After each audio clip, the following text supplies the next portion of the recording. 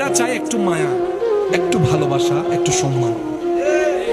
আর স্বামীদের সবচাইতে পছন্দনীয় বিষয় হচ্ছে আমার স্ত্রী সবার সামনে প্রকাশ্যে গোপনে আমাকে সম্মান দিক সবার উপরে, আমার কথায় হ্যাঁ কে হ্যাঁ বলবে, না কে না বলবে।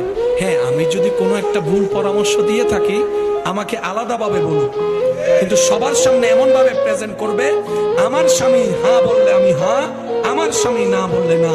পুরুষ মানুষ সম্মান শ্রদ্ধা পেলে অন্তর খুশি হয়ে যায়। এই দুইটা জায়গায় যদি আমরা একটু কাজ করতে পারি, ডিভোর্সের হার দিন দিন। যদি আপনি বলেন আমি হারবো কেন, আমি কি তার থেকে কোনো অংশে কম? আমি বলবো ভাইয়া বোন, আপনারা তো প্রতিযোগিতার মাঠে নামেন নাই, আপনারা তো সংসারের জীবনে আছেন। আপনি তো প্রতিযোগিতায় থাকলে দুইজন থাকতো, একজন মেরে ফেললে আরেকজন জিতে যেত, খেলা শেষ। কিন্তু এই খেলা শেষ নাই।